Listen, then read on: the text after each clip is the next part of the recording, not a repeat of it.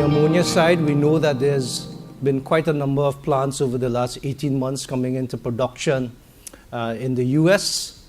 And what you see here is the regional surplus in this region is increasing, and this is having effects on the ammonia prices, certainly for the short term.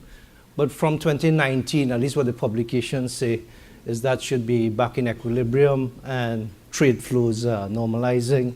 So from 2019 onwards, we see some higher prices. So it means 2018 is also going to be tough.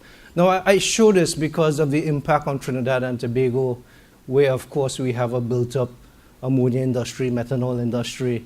And, of course, this impacts the competitiveness of the downstream sector, which we're very reminded of course, by the downstream sector all the time.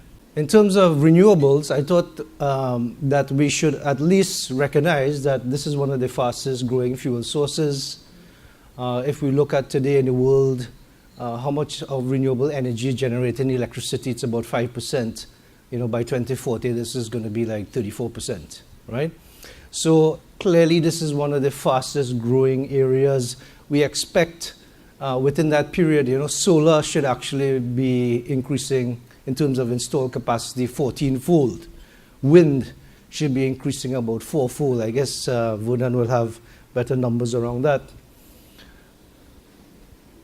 In terms of the global trends for LNG, we know this is going from about 12 to 31 TCF.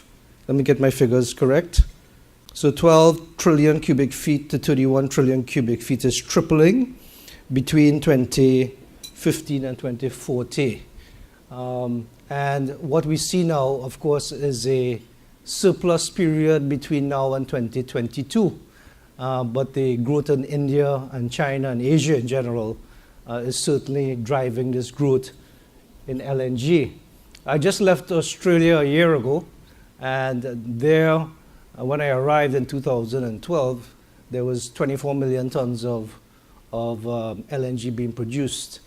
By 2018, 2019, we know that's going to reach about 80, right? So plus 55 in this kind of period of time. That's what we're talking about. I should say that from the LNG side, you can also see that there's a number of countries that are importing gas more and more. So that is certainly increasing by 50% over the next short-term period. You already see FSRUs and so on as a technology being used in Egypt, Ghana, Pakistan, Bangladesh, and you see future countries like Turkey, Cyprus, all these other countries are lining up to try to get some gas, solve the issues. The shale gas, we know this is about 50% of the US production of gas now. That's also going to rise by about 70% in the same period I'm talking about. So I think we know most of these figures here.